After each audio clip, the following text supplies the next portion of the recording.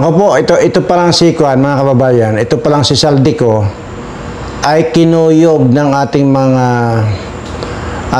Pilipino sa Amerika. Yun po ang ating mga kapwa Pilipino sa Amerika, nakita daw po ito si Saldico ay kinuyog daw po pala. At isa raw po doon sa isang sa senior citizen ay para daw makakon sa galit na galit daw yung senior citizen, sinundot daw siya ng payong sa tagiliran. Mabuti lang daw at may mga pan daw doon, may mga otoridad. Ay kung wala daw palang otoridad yun, ay baka kung ano na nangyayari kay Saldico. Ayan po ang ating kuhang impormasyon mula po dyan sa ating mga subscriber din po dyan sa Amerika. At yun, sana nga sabi kong ganyan ay kinimpuhan na lang at kinatay nyo na yan. At para tapos na. At yun. So talagang mamimiligro talaga kayo. Lahat kayo mga kawatan. Lalo nitong si Romualdez na ito. Nasa peligro talaga lahat. Sa lahat ng oras at pagkakataon, nasa peligro ang buhay nyo. Dahil binabantayan talaga kayo ng mga tao. Imaginin mo yan. Kung saan-saan na raw po pala nagpupunta itong si Saldico. At ayon din po sa ating mga nababasa at napapanood sa mga ibang vlog, kagaya po doon sa kay Dean Cheese na taga-Amerika po, ay sinusubaybayan po pala talaga yung Saldico na yan. So alam na alam po yung kilos at galaw nitong si Saldico. So good luck na lang sa iyo, Saldico. At baka mamaya matsimpuhan ka ng mga kababayan natin na talagang kumukulo ang dugo sa inyong mga kawatan. Ganon din dito kay Romualdez. Lalo na at itong si President Duterte nga ay hindi pinayagan or na-deny yung kanyang kagustuhan na or application ng interim release para sa kanya, yung pangsamantalang paglaya ay hindi po ibinigay ng ICC sa kanya. So expectin nyo na po na maiinit na ang ulo ng mga tao. At kagaya nun ay kung wala palang otoridad doon ay baka napatay nila ito si Saldico. At sabi ko nga po, saan man kayo pupunta, lalo na kayo rito, nakalista na po kayo rito sa notebook ko. Maniwala kayo sa akin, saan ko man kayo makita, sasampigahin ko kayo para makarinig kayo ng hindi nyo pa naririnig. Pag pinagsabay kong sinampigay ang mga pagbumukha ninyo na yan, kasama na yung tainga ninyo, ewan ko lang kung anong maririnig nyo. Isa pa. At ito, nako. Ngayon daw pong araw na ito, ngayon wala po ako dyan, kaya puro daw po ang aking gagamitin kasi wala po ako dyan sa Manila. At sabi ko nga po, nandito ako sa Mindoro at ito ay balita naman po yan na ngayon daw pong araw na ito, Linggo, ay mayroon na pong isang grupo ng mga retired mga general at mga retired na mga police general ang susugod na po sa Malacanang. So sana good luck. At anyway, sabi ko nga po, nakaantabay naman po yung mga empleyado ko dyan sa Bulacan at may instruction naman po ako na kahit na tubig ay magpadala sila. At kung halimbawa matuloy yung malawakang rally at kung totoong people power na ay yun po. At na-instructionan ko na po yung mga tao ko dyan na nandyan po sa Bulacan at magpadala sila ng mga tubig. So yun naman po ang importante doon, tubig lang po ang kondon. At ay So, yun po. Siguro, pakiramdaman natin kung ano ba talaga itong araw na ito, kung anong mangyayari ngayong araw na ito. At dahil ang sinasabi nila, at maging nga po yung dating DND Secretary na si Norberto Gonzales ay nagsabi na po na sa pintuan na raw po ng Malacanang yung mga magpi-people power. So, hindi ko nga po alam kung ano pa ang pinaglalaban ni BBM. Ay puro palpak naman tong administration niya, bakit ayaw pa niyang bumaba? Antayin pa niya magkakaduguan na kung saan ay sinabi naman niya ng mga Marines na magkakaduguan daw talaga. Anyway, kung ako ang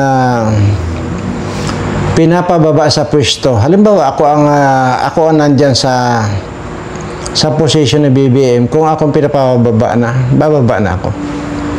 Unang-una, pisa sa magkakapatayan pa, ay bababa na lang ako.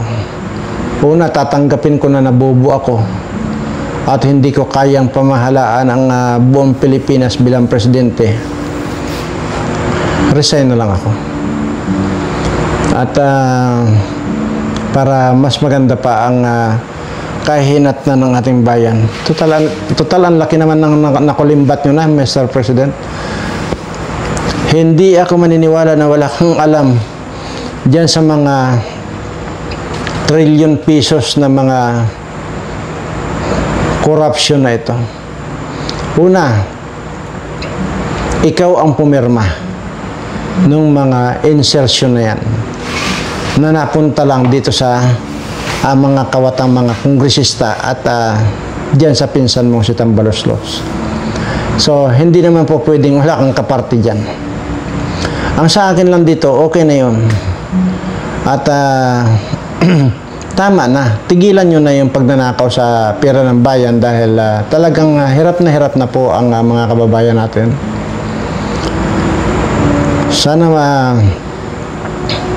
Sana kahit papaano i-consider ninyo na patuloy ang pagdami ng mahihirap nating kababayan dahil lang sa inyong mga rampant na pagnanakaw sa pera ng bayan.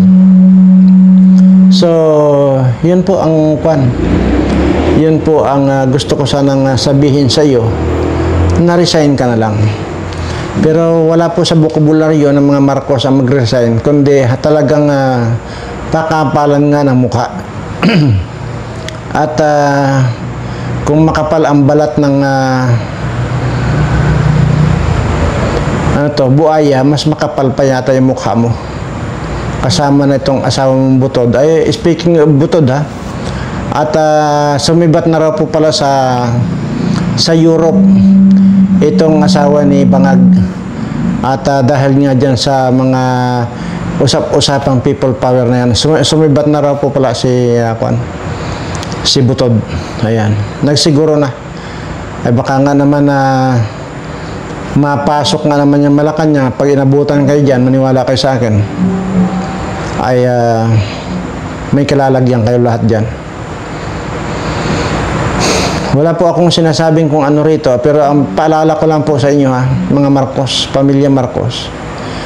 Pag inabutan kayo dyan sa Malacanang ng mga taong people power, nasa bingit ng kamatayan ang aabutin ninyo. Dahil nung una, alam nyo ba, nung kay Senior Marcos, dati yung people power kay Senior Marcos, kung yan ay naabutan ni na Gringo Honasan yan dyan sa Malacanang dati, yung mga Marcos na yan, ay siguro ngayon wala ng mga Marcos. Yan po ang totoo dyan. Alam ko po yung sinasabi ko, nandyan po ako dati. Dyan po ang nakatira ako dyan dati sa Sampaloc. Kaya alam ko po. Yan pong Sampaloc na yan, Loreto na yan, tatawid ka lang ng kalsada, ay dyan po yung papasok na ng Malacanang. Tapos pagka kumaliwa ka, nagtahan po yan. pagka kumanan ka, pupunta naman po yan ng Espanya. At pag dumiritso ka, yan na nga po yung diritsong Malacanang yan. Alam ko po yan. Matagal po akong tumira dyan sa Sampaloc dati. So, nung time na yon, kitang-kita ko yung mga sundalo dati ni na Gringo nasa na yan. Na hindi ko alam kung ano ang tinira nitong mga sundalo nitong dati nung mga kasama ni Gringo Nasan. Kernel lang po yan si Gringo Nasan. At yung mga mata po nila, parang kala mo, parang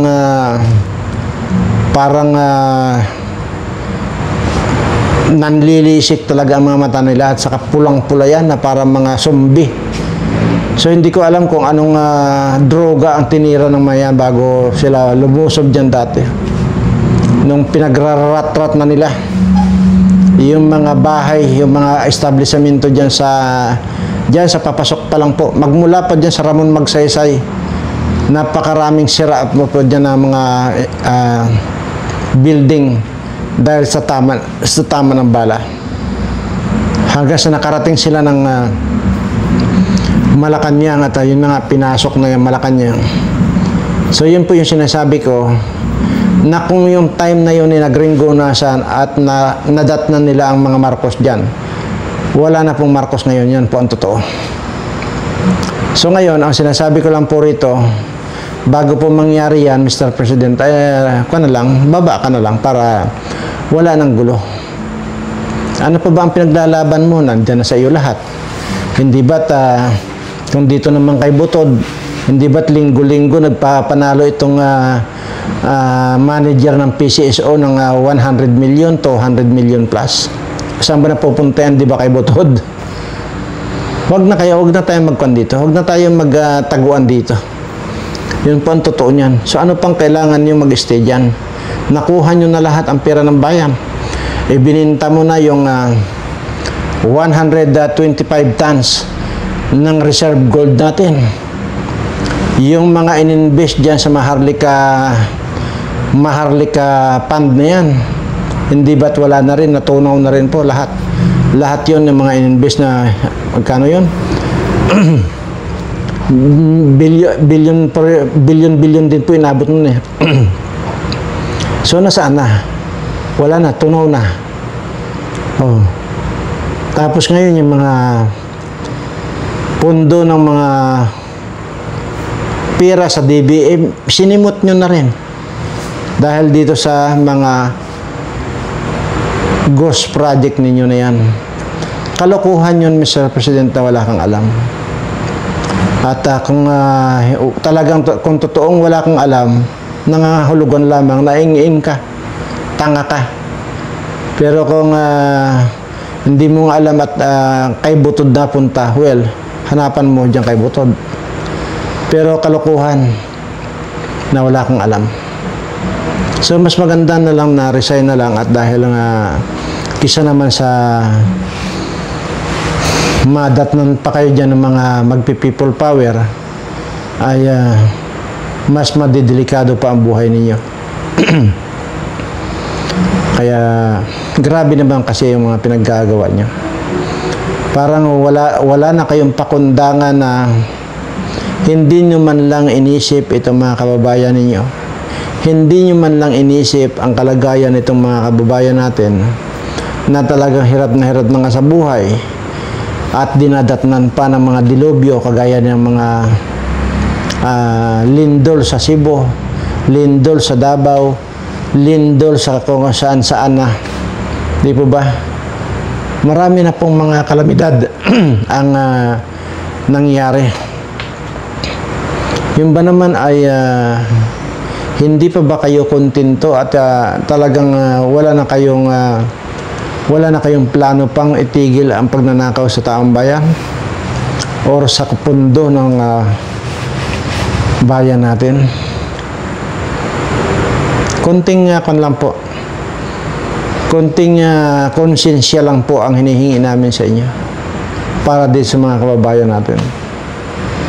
Yun lang. Imaginin mo lahat ng mga congressman, mga kawatan. Kaya dapat sana itong mga ito, dapat ito talaga sinusunog ng mga ito. Ganon din sa ano to? Sa Senado. Wala na talaga mapuntahan. Kung ngayon may bago, itong si Browner, Romeo Browner ng AFP. Sangkot din po sa 15 billion na ghost project. Nandyan po, kabi-kabila naman po yan at nandyan naman po yan sa balita ngayon. Hindi ko na kailangan magpakita rito. So, kaya naman pala, tahimik lang. Tahimik lang itong si AFP Chief Browner. Dahil pala, mayroon kasangkot din po pala sa 15 billion ghost project. Tingnan mo. Kahit saan ka sumuling, kahit saan mo ibaling yung tingin mo, nandyan ang makikita mo mga kawatan. So, sabi ko nga po, saan pupulutin itong mga kababayan natin? At i-expectin nyo pa ba na kapag ka ito ay tuluyan ng sumabog sa galit itong mga kababayan natin, baka hindi na nila kikilalanin yung mga baril ng mga bodyguard ninyo. Yun lang masabi ko. Baka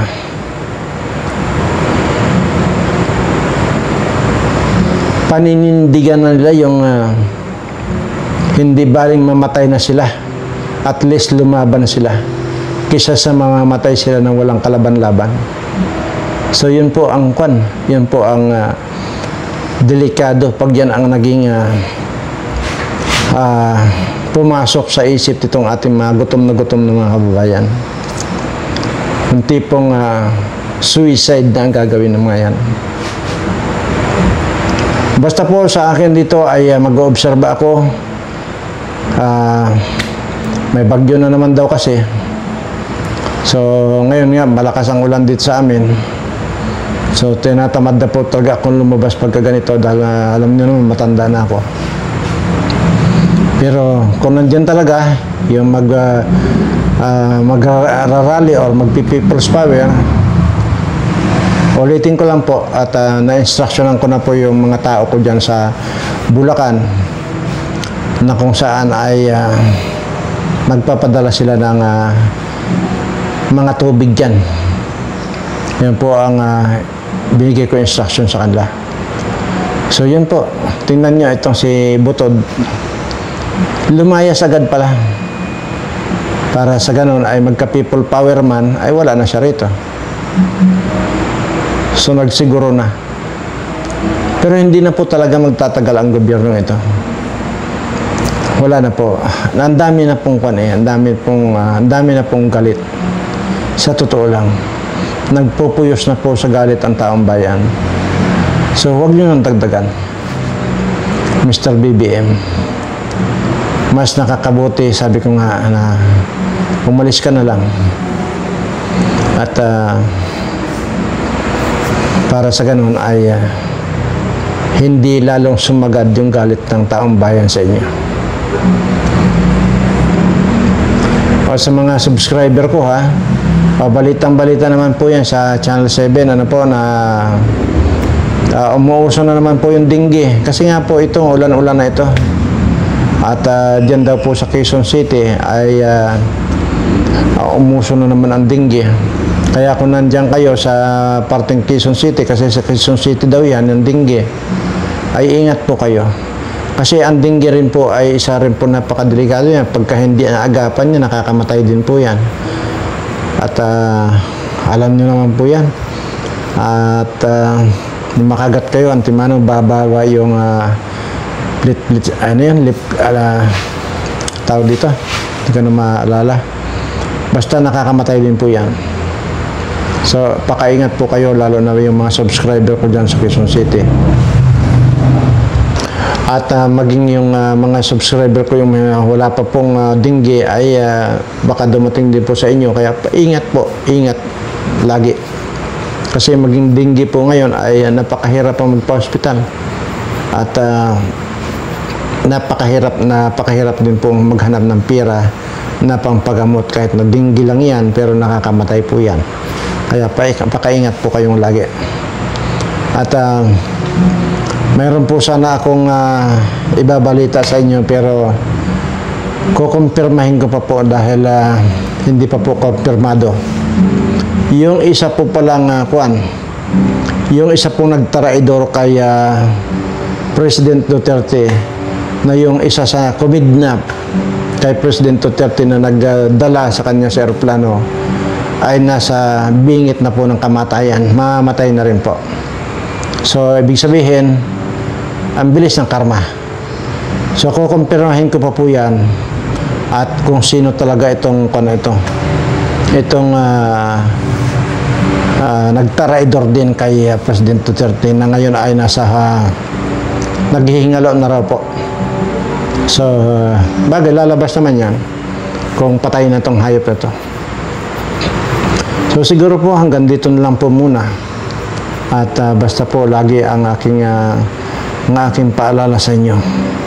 Ingat po kayo mabuti dahil mahirap po magkasakit. Muli po sa lahat ng mga subscriber ko, swerteng walang katapusan nawa ang dumating sa inyo. Mailayo kayo sa lahat ng uri ng sakit o anumang karamdaman na mabibigat or problema sa buhay na mabibigat. Sana lumayo sa inyo. At manapa, swerte na lang po ang darating sa inyo. Maraming salamat po, at mahal na mahal ko po kayong lahat.